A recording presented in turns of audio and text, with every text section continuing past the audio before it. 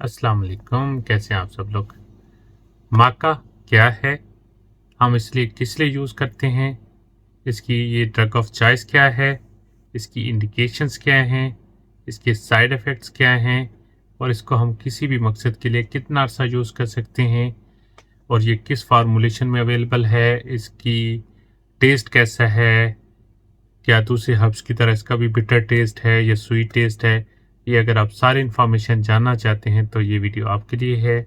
इस वीडियो को एंड तक देखिएगा और जो भाई भी मेरे चैनल पे नए हैं उनसे रिक्वेस्ट है कि मेरे चैनल को सब्सक्राइब कर लें, बेल आइकन पर क्लिक ज़रूर कीजिएगा ताकि मेरी नई इन्फॉर्मेशन और इन्फॉर्मेटिव वीडियोस आपको रोज़ाना मिलती भी रहें और आप उसको देखते भी रहें।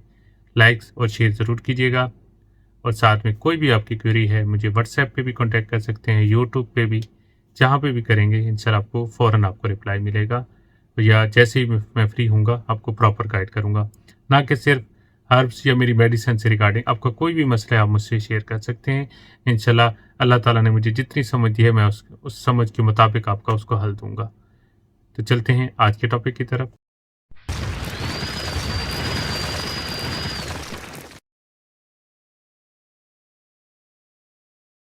माका। माका बेसिकली एक प्लांट है। चाइना के पहाड़ों में बहुत ज़्यादा पाया जाता है। चाइना में इसको एज ए वेजिटेबल के तौर पे भी यूज़ करते हैं और इसकी रूट्स को हम यूज़ करते हैं as a medicine from the long time. Like other stimulant, ये कॉफ़ी की तरह या व्याग्रा की तरह स्टिमुलेंट नहीं है, लेकिन ये अडॉप्टोजेनिक है। अडॉप्टोजेनिक को सादा अल्फाज में मैं आपको बताना चाहूँगा, ये एक सुपर फूड है, लेकिन super food in the form of herb, यानी ये हर्बल प्रोडक्ट है लेकिन ये सुपर फूड है। और अब बात करते हैं माका की टाइप्स की। माका कितनी किस्म का अवेलेबल है? ये 3 किस्म का अवेलेबल होता है, ब्लैक, इसके अलावा रेड और येलो। अगर थोड़ा सा ब्रीफली बता दूं कि ब्लैक मोस्टली हम मेल्स के लिए यूज़ होता है, जो रेड है वो वुमेन्स के लिए और जो येलो है वो ब्रेन फंक्शनिंग के लिए यूज़ होता है, ताकि आपकी एक्टिविटी रिगार्डिंग ब्रेन, आपके सेंट्रल नर्वस सिस्टम और प्रेफरीज को यानी पीएनएस को भी एक्टिव रखे ताकि आप फुल डे में एक्टिव रहें। अभी बात करते हैं इसका टेस्ट कैसा है। लाइक अदर मोरिंगा या वो थोड़े बिटर टेस्ट में, इसका टेस्ट बहुत अच्छा है। इसका मैं स्वीट तो नहीं कह सकता हूँ लेकिन बिटर नहीं है, टेस्ट उसकी निस्बतन अच्छा है।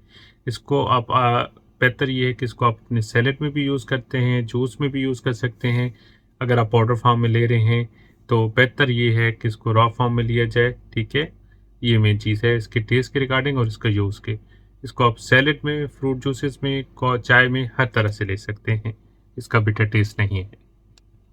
ज़माना कदीम में जो बेनिफिट्स थे माका के, यानी इनको किन किन सिस्टम में यूज़ किया जाता था या किन इंडिकेशन में, यानी इसको मेटाबॉलिज्म को इंक्रीज़ करने के लिए यूज़ करते थे, ब्रेन फंक्शनिंग को इन्हांस करने के लिए हम यूज़ करते थे, या मेमोरी लॉस जैसे एल्ज़ाइमर डिजीज़ या डेमेंशिया में हो गया, इसमें हम मोस्टली यूज़ करते थे। लेकिन 2009 में एक स्टडीज़ हुई जिसमें इसको इरेक्टल डिसफंक्शनिंग में यूज़ किया गया तो इसके बहुत अच्छे रिजल्ट मिले गए। तो उसके बाद इसको माका को एज ए मैन हेल्थ के तौर पे भी प्रोवाइड किया गया as a supplement, as a super food, कि ये मैन हेल्थ के लिए बहुत ही परफेक्ट है। तो उसके बाद इसकी इंडिकेशंस को ईडी में एंटर किया गया और ईडी में इसकी डोज को वेरीफाई किया गया। ये 500 से तकरीबन 2.4 ग्राम तक आप ले सकते हैं पर डे। तो इसकी ये डोज है। इरेक्टल डिसफंक्शनिंग के रिगार्डिंग इसकी डोज ये है।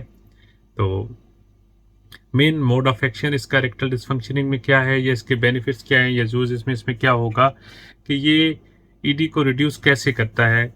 इनफर्टिलिटी प्रॉब्लम जो भी इंसान के होते हैं उनको ये रिड्यूस करता है, स्पर्म काउंट को इंक्रीज करता है, लिबिडो को इंक्रीज करता है।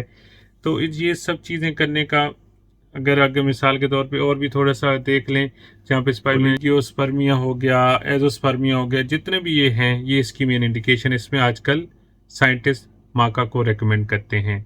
ये मोस्टली है। अब इसके बेनिफिट्स क्या हैं रिगार्डिंग इरेक्टल डिसफंक्शनिंग में या स्पर्म्स में? ये आपके स्पर्म काउंट को इंक्रीज करता है, उनको पावरफुल बनाता है, पेनिट्रेट कर सकते हैं इजीली। साथ में आपकी लिबिडो को इंक्रीज करता है, इनफर्टिलिटी को ख़त्म करता है, ठीक है, स्पर्म काउंट की इंक्रीमेंट करता है यानी उसको इंक्रीज करता है। ये सारे बेनिफिट्स माका में हैं। रिगार्डिंग आफ्टर 2019 की स्टडीज़ के बाद जब इस पर फोकस मेन किया गया तो उसके बाद हमें पता चला।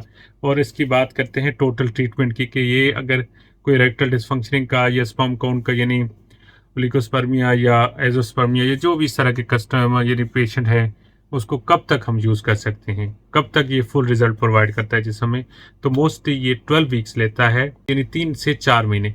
जितने भी हर्ब्स हैं जो हम मतलब है कि मैन हेल्थ के रिगार्डिंग यूज़ करते हैं, मोस्टली वो रिकमेंडेड हैं कम से कम 4 महीने। 3 महीने कहते हैं लेकिन मैं 4 महीने रिकमेंड करता हूँ, ताकि ये पूरा आपके जिस्म की एक रिन्यूअल कर दें, ताकि आपको सेक्सुअली कोई ऐसा मसला ना हो, ताकि आपका बॉडी अंदर से सेक्सुअली फिट हो जाए। ठीक है, अगर बात की जाए पहले विगोरमैक्स की, मैंने आपको रिव्यू दिया, उसमें भी मैंने यही बात की।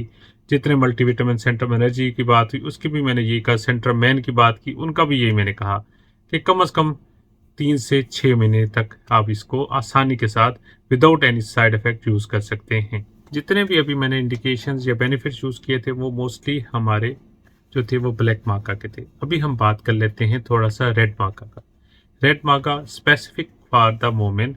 क्या होता है कि वोमेन्स के अंदर कभी कभी मोस्टली डिलीवरी से पहले या डिलीवरी के बाद हार्मोनल इम्बैलेंस हो जाता है, तो ये ड्रग ऑफ चॉइस है for the hormonal imbalance. Second, after menopause के लिए ये बहुत ज़्यादा इफेक्टिव है। इसके अलावा ये औरतों में मूड एलिवेटर का काम करता है। ठीक है, ये बहुत अच्छा यानी एक डुअल प्रोडक्ट है, यानी मैन और वोमेन दोनों के लिए यूज़ हो सकता है। ये टाइप ऑफ जिनसिंग है। ठीक है, और जिनसिंग के बारे में मैं डिटेल बता चुका हूँ कि कितने बेनिफिट्स हैं उसके। ठीक है, एट दी एंड बात कर लेते हैं येलो माका की। येलो माका को स्पेसिफिक इसको ब्रेन फंक्शनिंग के लिए यूज़ करते हैं, जिसमें आपके यानी मेमोरी लॉस, ये जो भी है फंक्शनिंग है या डायमेंशियलिज्म, उसमें आपको बहुत ज़्यादा इफेक्टिव है, वो शॉर्ट टर्म हो या लॉन्ग टर्म हो, दोनों में। अब बात करते हैं हम बॉटम लाइन की। बॉटम लाइन क्या हुआ इसके, यानी बॉटम लाइन इरेक्टल डिसफंक्शनिंग में हम इसको यूज़ करेंगे, जिसका क्या फ़ायदा होगा, increase libido, increase sperm count, increase testosterone level, जिससे क्या होगा कि आपका स्पर्म्स का विस्कोसिटी, मोटेलिटी सब कुछ इंक्रीज होगा। ठीक है, आखिर में इसके बात कर लेते हैं कि इसको हम मेटाबॉलिज्म को फास्ट करने के लिए यानी as a weight loss agent भी यूज़ कर सकते हैं। साथ में अगर बात कर ली जाए थोड़ा सा एंजाइटी और स्ट्रेस में भी हम इसको यूज़ कर सकते हैं और वाइडली यूज़ किया जाता है। तो ये थी main indication in as a bottom line. अब हम बात कर लेते हैं एंड पे थोड़ा सा साइड इफ़ेक्ट्स की। वो मोर कॉमन साइड इफ़ेक्ट्स हैं, कोई इतने सीवियर इसके साइड इफ़ेक्ट्स रिपोर्टेड अभी तक नहीं हुए। यही हो सकता है कि अगर आपको माका से एलर्जी है तो यूज़ ना करें। मोस्टली कभी कभी कॉलिक हो सकते हैं, वोमिटिंग या डायरिया, इस तरह के ही साइड इफ़ेक्ट्स इसके नॉर्मली रिपोर्ट होते हैं। इसमें ये नहीं कह सकते कि आप माका को बिल्कुल छोड़ दें, आपने इसको यूज़ नहीं करना। अब बात करते हैं टैबलेट फॉर्म में या इसकी यूजेस की। इसकी जो डोजेज है वो रिकमेंडेड डोजेज है 500 से 1000 mg, आप वंस अ डे यूज़ करेंगे। ये पाउडर फॉर्म में भी अवेलेबल है और सिर्फ टैबलेट फॉर्म में भी। अब इनमें से कौन सी बेहतर है वो मैं बात करना चाहूँगा, वो है पाउडर। पाउडर की एब्जॉर्प्शन बेनिस्बतन टैबलेट के ज़्यादा होती है, इसलिए ये वह इफेक्टिव है और ज़्यादा जल्दी आपको इफेक्ट देता है। और पाउडर की जो डोज है वो 1 ग्राम से 3 ग्राम तक आप ले सकते हैं पर डे। आज का लेक्चर माका का ये था। मैं हर्ब्स पे इसलिए ज़्यादा आ रहा हूँ क्योंकि अब दुनिया खुद ब खुद कन्वर्ट हो रही है हर्ब्स की तरफ। मैं आपको बता नहीं सकता कि यहाँ के यूएई के जो लोकल लोग हैं वो अब रदास यानी केमिकल से दूर भाग रहे हैं और नेचुरल की तरफ वापस आ रहे हैं। ठीक है, अब दुनिया वापस नेचुरल हो रही है, तो आप भी नेचुरल हों और हर्ब्स की तरफ आएँ। तो बहुत जल्दी मिलते हैं इंशाल्लाह नए टॉपिक के साथ, नई इन्फॉर्मेशन के साथ। आप लोग का कोई भी क्यूरी, कोई भी क्वेश्चन हो, मुझसे आप नीचे क्वेश्चन कर सकते हैं, व्हाट्सएप कर सकते हैं। तो इंशाल्लाह मिलते हैं बहुत जल्द नई वीडियो के साथ। अल्लाह हाफिज़।